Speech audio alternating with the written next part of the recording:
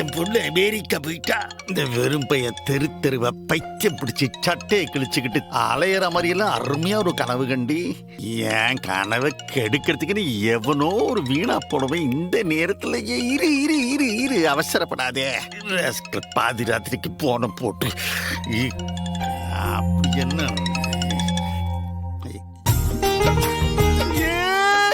பரணி, என்ன அதுக்குள்ளார அமெரிக்கா போயிட்டியா? நீ என்ன பிளைட் ராக்கெட் மாதிரி போயிடுச்சா? பரணி, ஹாய் பா. என்னடா அதுக்குள்ளார அமெரிக்கா போயிட்டியா? ரொம்ப சந்தோஷம், ரொம்ப சந்தோஷம் தான் எனக்கு. 1 minute. ஹாய் மாமனாரே, குட் மார்னிங்.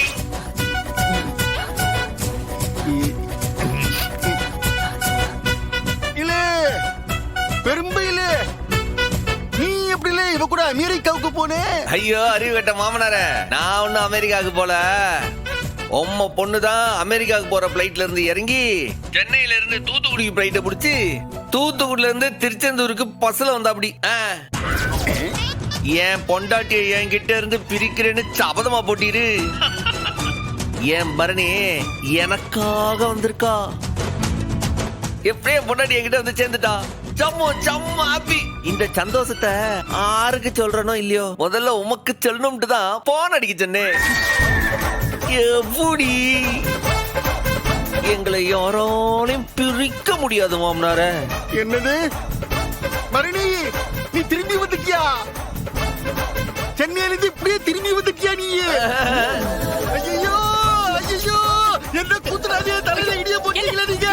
என்னாச்சுங்க? என்னாச்சு உங்களுக்கு? உன் மகன் தலையில இடிய போட்டாடி.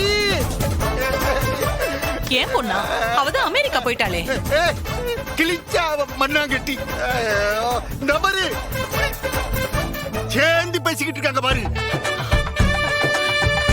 கேட்டி பரணி, என்னடி இது? நீ அமெரிக்காக்கு போகலையா? ஏர்போர்ட்ல என் பாஸ்போர்ட் மிஸ் ஆயிடுச்சு. ஐயோ, திருடு போச்சு. எது? பாஸ்போர்ட் மிஸ் ஆயிடுச்சா? என்ன என்னவோ பெருசா செக் லிஸ்ட் எல்லாம் போட்டு செக் பண்ணி தான் எடுத்துட்டு போறேன்னு சொன்னேன். இல்லப்பா, நான் செக் பண்ணி தான் எடுத்துட்டு போனேன். ஆனா எப்படி மிஸ் ஆச்சுன்னு தெரியலையே. மண்ணாங்கட்டி, இந்த மாதிரி போய் சொல்ல